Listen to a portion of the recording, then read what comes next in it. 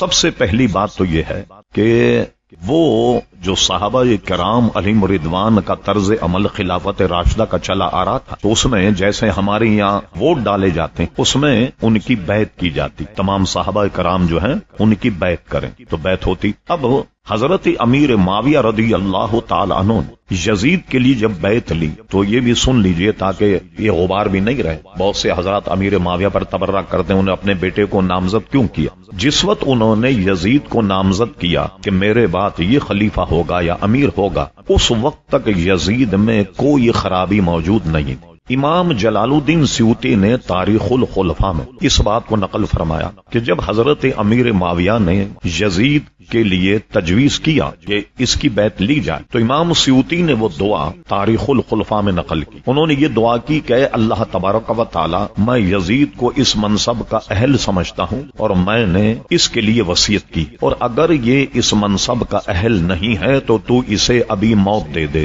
اب جب انہوں نے یہ دعا کی جس کو امام سیوطی نے نقل کیا، ظاہر ہے کہ امیر معاویہ رضی اللہ عنہ اس کو اس لائق سمجھتے تھے کہ یہ حکومت چلا لے۔ اب اس کے بعد خدا کا کرنا یہ ہوا، تقدیر کا لکھا کہ بیٹھنے کے بعد اس نے بہت ساری پھر جب غلط حرکتیں کی تو اب صحابہ کرام اور دوسرے حضرات اب اس سے برگشتہ ہو گئے، اور کوفے سے حضرت امام حسین رضی اللہ عنہ کو پے در پہ جب خطوط ملنا شروع ہوئے کہ آپ آ جائیں اور آپ کے آنے کے بعد میں ہم آپ سے بیعت کریں گے اور یزید کی بیعت توڑ دیں، اس وقت اس کے حرکات جو تھے علامہ امام سمودی نے اپنی کتاب وفاء الوفا میں، اور بہت بڑے عظیم محدث شاہ عبدالحق محدث دہلوی رحمۃ اللہ نے اپنی کتاب جذب القلوب الی دیار المحبوب میں نقل کیا کہ یزید نے اپنے دور میں ایسی حرکتیں کی کہ وہ شراب پینے لگا، محرمات سے نکاح کو جائز قرار دینے لگا۔ اس کی ان حرکتوں سے حضرت عبداللہ ابن حنظلہ جو صحابی رسول شاہ عبدالحق محدث دہلوی رحمۃ اللہ علیہ جذب القلوب میں ان کا یہ قول نقل کیا کہ ہم نے یزید کے خلاف اس وقت تلوار اٹھائی،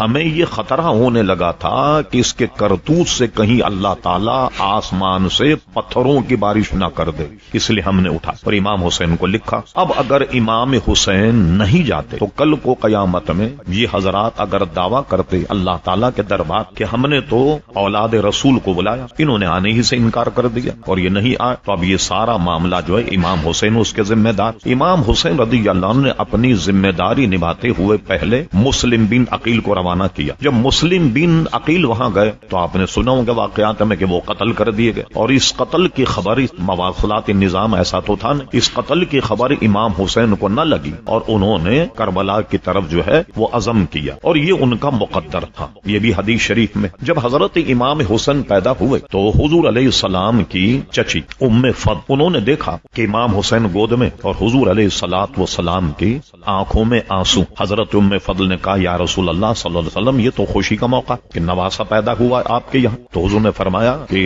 واقعی نواسے کا پیدا ہونا خوشی کا موقع، مگر جبریل علیہ السلام نے مجھے یہ خبر دی کہ تمہارے اس نواسے کو تمہاری امت شہید کر دے گی۔ اور ایک روایت میں کہ جبریل امین نے جہاں آپ شہید ہونے والے تھے اس کی مٹی بھی لا کر، اور وہ مٹی حضرت ام سلمہ ام المومنین کے پاس رکھی رہی، اور یہ بھی روایت میں کہ جس دن امام حسین شہید وہ سرخی مائل ہو گئی۔ اب چونکہ یہ مقدر تھا، اور بعض ایسی چیزیں ہیں جیسا کہ کتاب الدعوات ابن ماجہ شریف میں حدیث ہے کہ مقدر کو کوئی چیز نہیں بدلتی مگر دعا جو ہے یہ مقدر کو بدل دیتی، یعنی تقدیر کو بدل دیتی۔ لیکن اس میں بابو تقدیر پر جو باب ہے اس میں یہ ہے کہ تقدیر یا قضاء اور قدر جو ہے یہ دو قسم کی ہوتی، ایک ہے مبرم اور ایک ہے غیر مبرم۔ ایک تقدیر کی قسم وہ ہے جو کسی کے دعا سے یا تدبیر سے بدل جاتی، لیکن ایک تقدیر کی قسم یہ ہے کہ جو بالکل اٹل ہے، کوئی نبی بھی اگر کہے تو وہ نہیں بدل، یا نبی کو روک دیا جاتا ہے، اس کے لیے آپ دعا مت کریں۔ مثلا حدیث شریف میں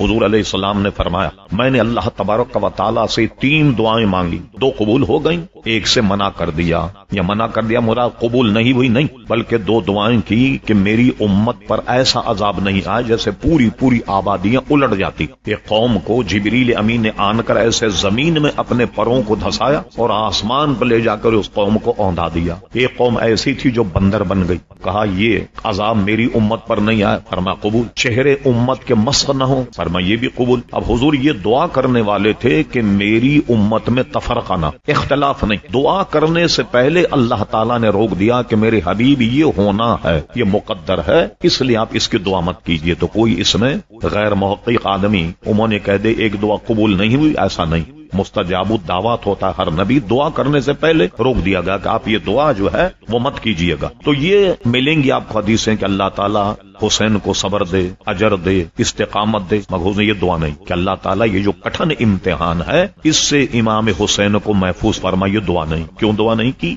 یہ مقدر تھا۔ ایک بات اب رہا کہ جب ان لوگوں نے خطوط لکھے تب امام حسین گئے تاکہ اللہ تبارک و تعالیٰ کے یہاں جواب دہی سے بچ جائیں۔ اس لیے یہ جنگ اقتدار کی نہیں تھی بلکہ دین کی بقا اور دین کی ترویج کے لیے حضرت امام حسین رضی اللہ تعالیٰ عنہ گئے۔ اور جو یہ کہتا ہے کہ اقتدار کی جنگ تھی وغیرہ وغیرہ، کیا اقتدار کی جنگ کرنے کے لیے 72 آدمی ساتھ لے جاتا؟ آپ اگر پاکستان ہندوستان سے جنگ کرے تو کیا 80 آدمی ساتھ لے جائے، یا 72 یا 82 آدمی ساتھ لے جائے؟ یہی اس بات کی علامت ہے کہ اقتدار جنگ ہوتی تو لاؤ لشکر ہوتا، پورا صحابہ کرام رضوان کا جو کوفے پہ حملہ کر تہس نہس کر دے۔ لہذا اقتدار کی جنگ نہیں تھی، خالصتاً دینی تھی، حضور علیہ السلام کے دین کو بچانے کی اور اس کے احیاء کی جنگ تھی۔ یہی وجہ کہ آج بظاہر یزید نے فتح حاصل کر لی، امام حسین کو شکست ہو گئی جیسا کہ ہے واقعات، مگر کوئی یزید کے فتح کا جشن منانے والا ہے؟ کوئی نہیں۔ لیکن امام حسین کا ذکر ہم یقین رکھتے ہیں کہ تا قیام قیامت جاری اور ساری رہے، لہذا ان کا یہ کہنا بالکل غلط۔